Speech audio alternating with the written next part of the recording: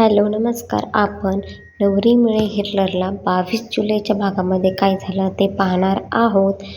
आज असतो अंतराचा बड्डे आणि मग जे अंतराच्या कपाटामधून ते एक लॉकेट घेतात आणि फोटोही घेतात आणि अंतराला बोलत असतात की ज्या क्षणाची मी आतुरतेने वाट पाहत असतो तो आज दिवस आहे, पण मला हा आजचा दिवस नको वाटतो.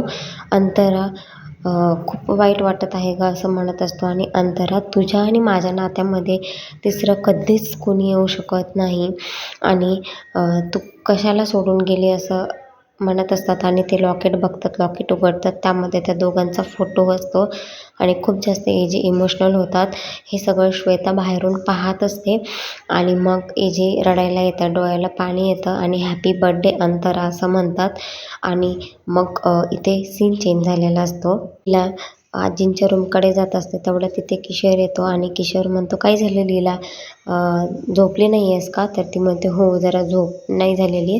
मग तो किशोर सांगतो की आजी ना देवाकडे गेलेली आहे मंदिरामध्ये 1 तासासाठी, म्हणजे 1 तासापूर्वी गेलेली आहे, माहीत नाही आता ती कधी येईल ते.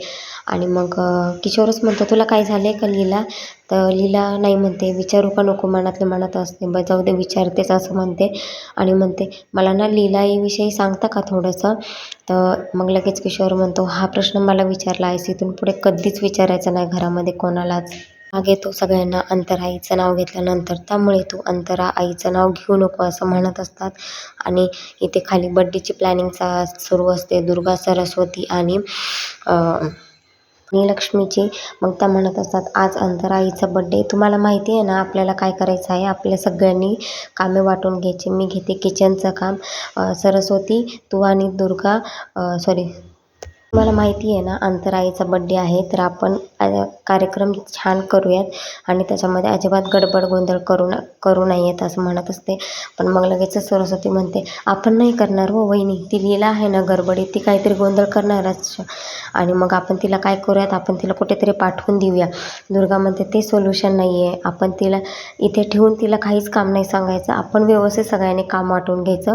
मी स्वयंपाकाचं घेते आणि तुम्ही डेकोरेशनचं घ्या. लगेच यश म्हणतो, मीही केकची ऑर्डर घेतो आणि जातो असं म्हणत असतो आणि मग ते सगळे सेपरेट होतात, सगळीकडे आपापल्या कामासाठी निघून जातात.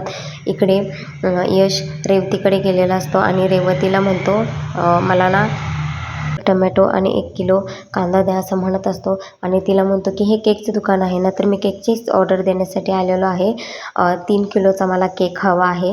ती म्हणते, सॉरी दुकान बंद आहे, उद्या या असं म्हणत असते. मग तो तिच्याकडे जातो, रेवती प्लीज प्लीज दे ना, केक अर्जंट आहे आणि रात्रीच पाहिजे आहे आणि एजंटसाठी पाहिजे आहे.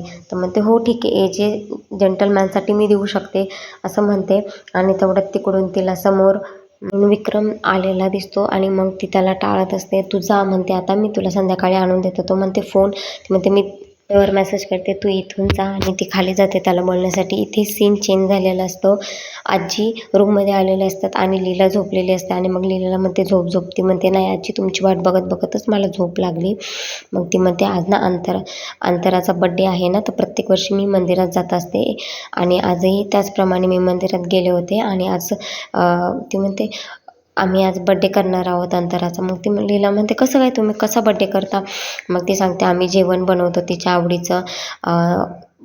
एजंटकडे म्हणजे अभिरामकडे तिचं एक लॉकेट आहे, तिने गिफ्ट म्हणून दिलेलं, त्या गिफ्टची पूजा वगैरे आम्ही असं करत असतो आणि अशा प्रकारे आम्ही हा तिचा बड्डे सेलिब्रेट करतो आणि ह्या वर्षी आम्ही करणार आहे. तर तू एक काम करायचं, अभिरामच्या रूममध्ये जायचं, ते लॉकेट घ्यायचं आणि साफ करायचं. मला नाही होणार आणि मला एवढ्या पाहायला पण चढता नाही येणार, त्यासाठी तुलाच जावं लागेल. लीला मग म्हणते, नाही आजी दुसरं काम सांगा ना, मी दुसरं काहीही करायला तयार आहे, पण हे नको. आजी म्हणतात, मी सांगितले ना तू ते काम करायचं, काही झालं आहे का? ती म्हणते, नाही. इथेच एपिसोड संपतो. अशाच नवीन अपडेटसाठी चॅनलला लाईक, शेअर, सबस्क्राईब करायला विसरू नका.